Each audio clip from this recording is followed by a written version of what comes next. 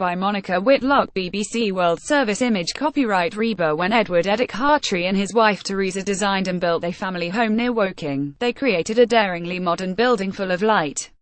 Their glass and timber home stood out among the red brick Tudor Revival architecture of stockbroker Surrey, simple, open plan and translucent. It was the 1950s. Young architects were in the vanguard of imagining a new, post-war Britain. The Hartrees, though, had more reason than most to believe that life could no longer rely upon old blueprints. Image copyright Reba. Image copyright Reba. They were both Polish by birth, making futures as naturalized British citizens after a war that had made a graveyard of their country.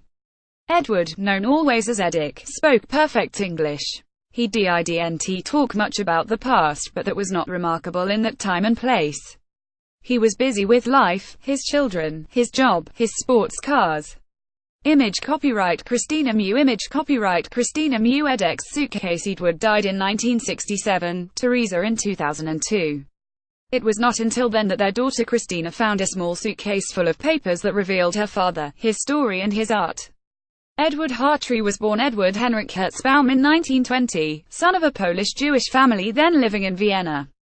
The Herzbaums moved back to Poland in the 1930s and settled in Lodz, where Edward enrolled as an architecture student. Image copyright Christina Mew. Image caption Edward Herzbaum Hartree with his mother. Image copyright Christina Mew. He was 19 when Nazi Germany and Stalin's Soviet Union launched almost simultaneous invasions and tore up Poland between them, in 1939. Edward's mother feared for her only child and sent him eastwards to hide in the city of Lvov. Agents from the NKVD, the Soviet secret police, caught Edward in June 1940. He was one of more than 1 million Polish men, women and children forced into cattle trains and deported in order to obliterate the Polish state.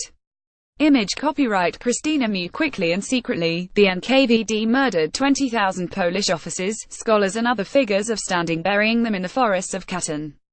But most people were dispatched to labor camps and prisons, mainly in the most remote parts of the Soviet Union. Edward was sent to the Volga River, where he labored as a logger and at a hydroelectric plant.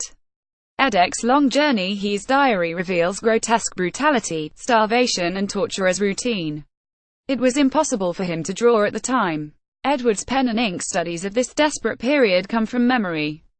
Image copyright United States Holocaust Memorial Museum. Image caption Soviet labor camp, 1941. When Germany stormed into the Soviet Union in June 1941, Stalin released the surviving Poles who were now allies.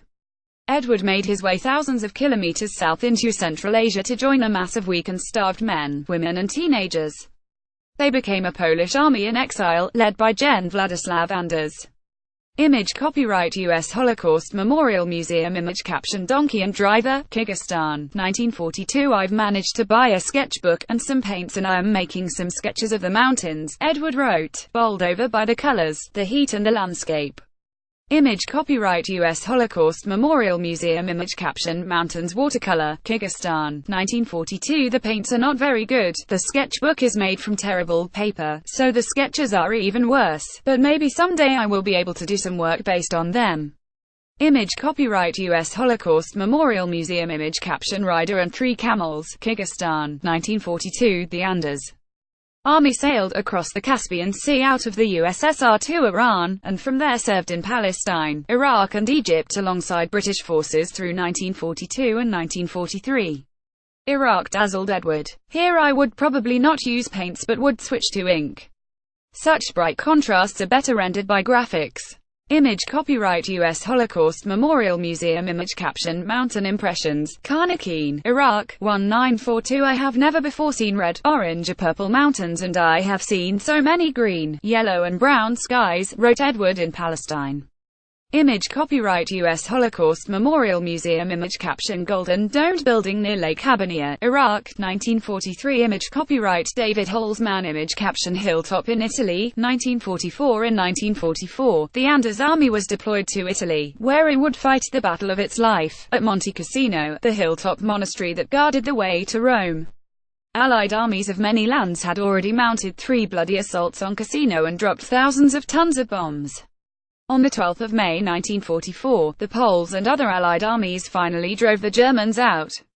Image copyright U.S. Holocaust Memorial Museum. Image caption advancing toward Monte Cassino, 1944. The road to Rome was open.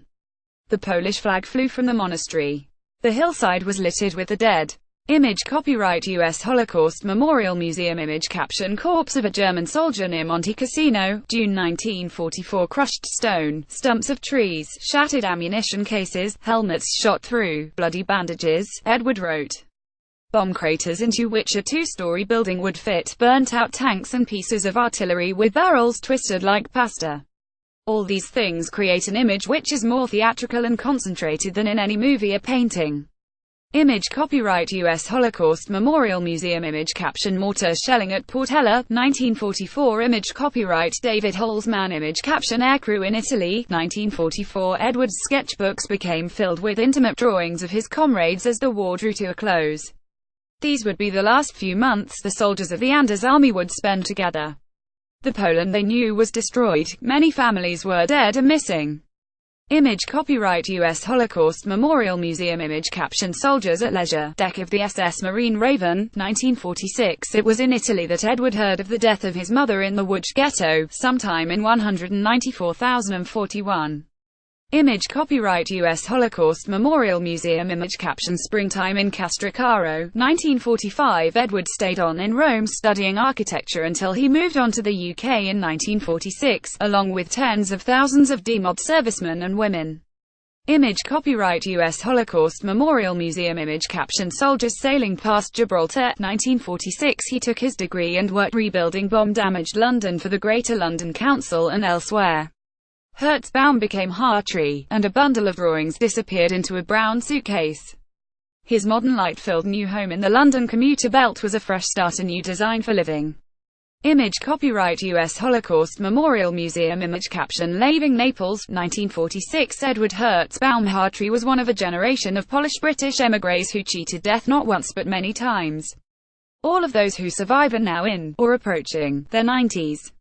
Architects and engineers, musicians and teachers, many were instrumental in building modern Britain. All carried deep personal losses and appalling stories of endurance, often kept secret for decades. Find out more, reread Edward Hertzbaum's diary here. Listen to the Odyssey of Jen Anders' Army on the BBC iPlayer from BBC World Service. Join the conversation. Find us on Facebook, Instagram, Snapchat and Twitter. All images subject to copyright.